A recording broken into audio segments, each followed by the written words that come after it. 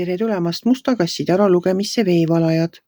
Siit tuleb lugemine teile nädalaks 27. juuli kuni 2. august. Ma olen teile siia valmis pannud 7 kaarti ja vaatame, mis neil kaartidel teile siis selleks nädalaks öelda on. Nädal algab teil siin mõõkade 4-ga. Mõõkade 4 on kaart, mis räägib sellest, et aeg tuleks maha võtta, tuleks puhata. See on selline puhkamise kaart, plaanide tegemise kaart, rahulikult asjadele vaatamise kaart, energia taastamise kaart. Edasi tuleb teil siin mõõkade baas. Mõõkade baas tuleb uudistega. Mõõkade baas pakub teile midagi. Midagi põnevat, midagi uut. Et baasid tulevad kõik uudistega ja kuna tema on mõõkade baas, siis ta tulebki mingite uudistega, aga tema ta räägib ka sellest, et teil on kõik olemas, et selle uue ideega või selle pakkumisega kaasa minna, hakkama saada. See võib teile huvi pakkuda.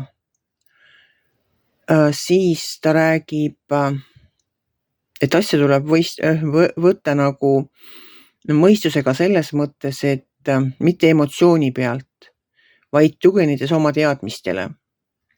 Mõõkade kaardid on ka väga tugevad lepingute lugemises, igasugustes juriidilistes paberites, igasuguste projektide kirjutamises.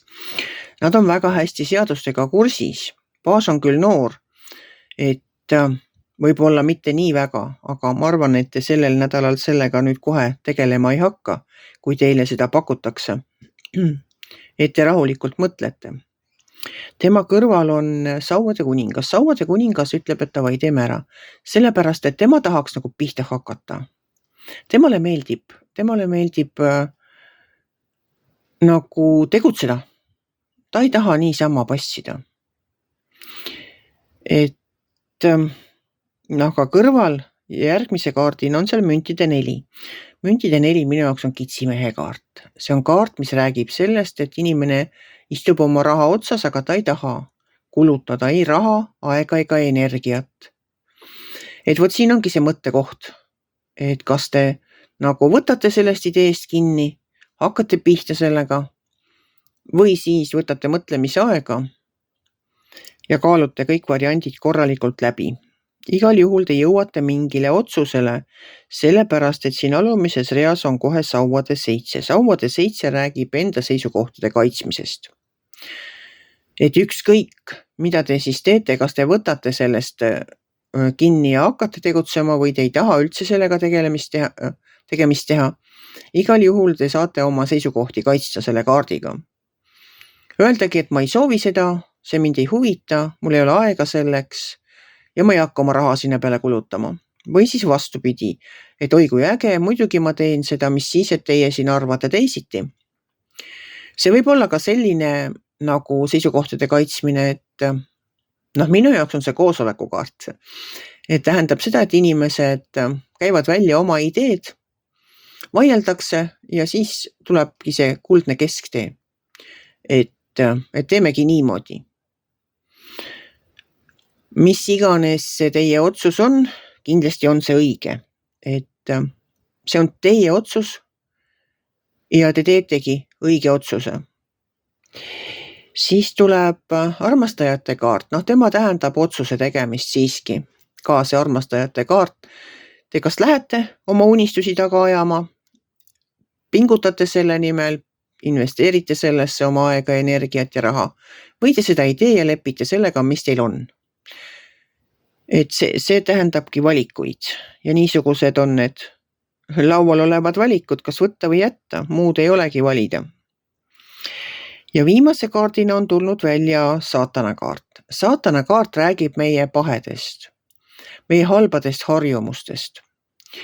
Kuna me oleme nüüd jõudnud täiskuusse ja kuu on nüüd kahanev, siis praegu on õige aeg jätta maha see, kui te tunnete, et te tahate millestki loobuda, on see suitsetamine, on see liigne teleka vaatamine, ma ei tea, on see liigsöömine, mis iganes see pahe teil on, siis kui te soovite temast vabaneda, siis praegu on selleks õige aeg algust teha. Hakata dieeti pidama või midagi muud, lõpetada suitsetamine, ühesõnaga mis iganes halvad harjumused Ja kui te soovite nendest vabaneda, siis praegu on selleks õige aeg, sest kuu on kahanevas faasis praegu, ta hakkab järjest väiksemaks jääma ja kõik, millest te soovite loobuda, see ei pea olema pahe, mis iganes. On kõige parem teha kahaneva kuu ajal. Aga need on teie pahed, minul on isiklikud ja enda omad, et ma pole siiani suutnud. Neid kahanevaid kuid on küll ja veel, on igasuguseid kaduneljapäevad siin mööda läinud aastaid ja aastaid. Ma pole kuhugi jõudnud. Kõik minu pahed on minuga siiamaale, ma ei tea, võib-olla siis, kui nad hakkavad mul tõesti tervist mõjutama või käib see peas see klõps, nagu nad räägivad, et ehk ma siis võtan asja tõsiselt ette. Teile soovitan sama. Loobuge praegu või lükake tulevikku. Kõik sõltub sellest, kui väga nad teid segavad. Kui väga segavad, siis te leiate selle hetke. Siis käib see klõps ilmselt ära, et nüüd on kõik, enam ma ei jaksa. Nüüd tuleb selle asjaga lõpparve teha. No soovin teile edu. Need, kes tahavad millestki loobuda, pole siiani suutnud. Ja teised, kes ei otsustavad, et las olla veel minuga, olgu nii. Küll tuleb aeg loobuda nendest asjadest, mis meid enam ei teeni.